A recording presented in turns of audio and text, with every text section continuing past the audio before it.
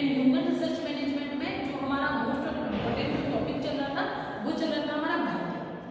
भर्ती हमारा टॉपिक है, इसके कुछ पॉइंट्स इससे पहले वाली वीडियो में कंप्लीट हो गए हैं, तो आप लोग पिछली वीडियो जाकर देख सकते हैं जिससे आपका कोई भी टॉपिक मिस ना हो।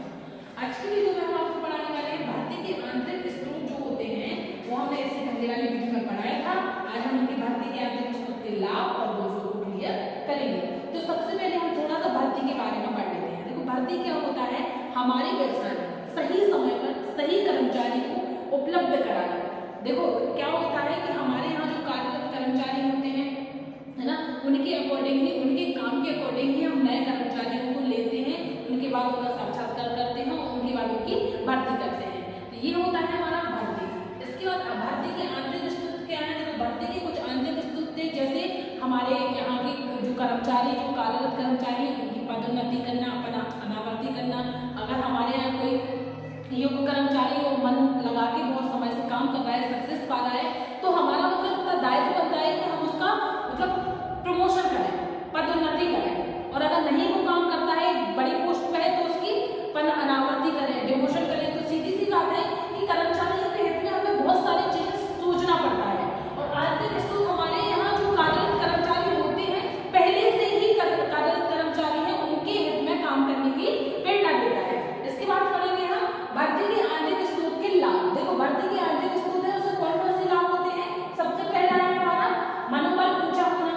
देखो अगर हम अपने कर्मचारियों के लिए कुछ आंतरिक स्रोत बना के रखेंगे, कुछ उनके लिए हम सोचेंगे कि वो इतने दिन से कार्यरत है हमारे यहाँ, इतने दिन से ये काम कर रहे हैं, हम उनके हित में कोई भी बात सोचते हैं, तो वो मोटिवेट होंगे काम करने के लिए और अधिक काम करने के लिए प्रेरित होंगे, मोटिवेट होंगे, मनोबल उनका बढ़ेगा, काम करने के लिए इच्छुक होंगे, है ना।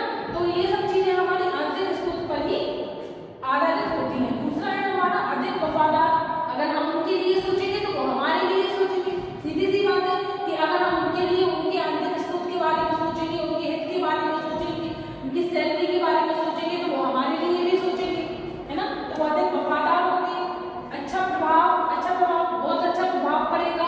अगर उनको कुछ भी चीज लगती है कि ये हमारे हित में हो रहा है, ये हमारे लिए हो रहा है, क्योंकि इतने दिन से हमें यहाँ कार्यरत थे, है ना, तो अच्छा उनका प्रभाव पड़ता है और हमारे ऊपर भी अच्छा प्रभाव पड़ता है और हमारे व्यवसाय पर भी बहुत अच्छा प्रभाव पड़ता है। फिर उसके बाद में नेक्स्ट हमारा प्रशिक्षण के व्यय में कमी। देखो प्रशिक्षण मतलब होता है ट्रेनिंग। ट्रेनिंग मतलब हमें देने पर बार बार हमारा खर्चा होता है। हम नए कर्मचारी ढूंढते हैं, उन्हें कुछ समय प्रशिक्षण देते हैं, फिर हम उन्हें कार्यरत कर्मचारी बनाते हैं। तो ऐसे में हमारा बहुत ज्यादा व्यय होता है।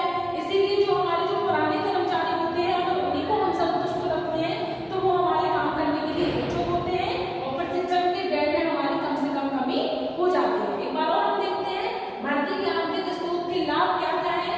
मनोबल ऊंचा होना, मोटिवेट होते हैं, वो अधिक वफादार भी होते हैं, अच्छा प्रभाव पड़ता है जिसके लिए भी, कर्मचारियों के लिए भी, हमारे लिए भी, और प्रशिक्षण के व्यय में कमी हो जाती है। दूसरी तरफ आते हैं हमारे आंतरिक स्रोत के दोष।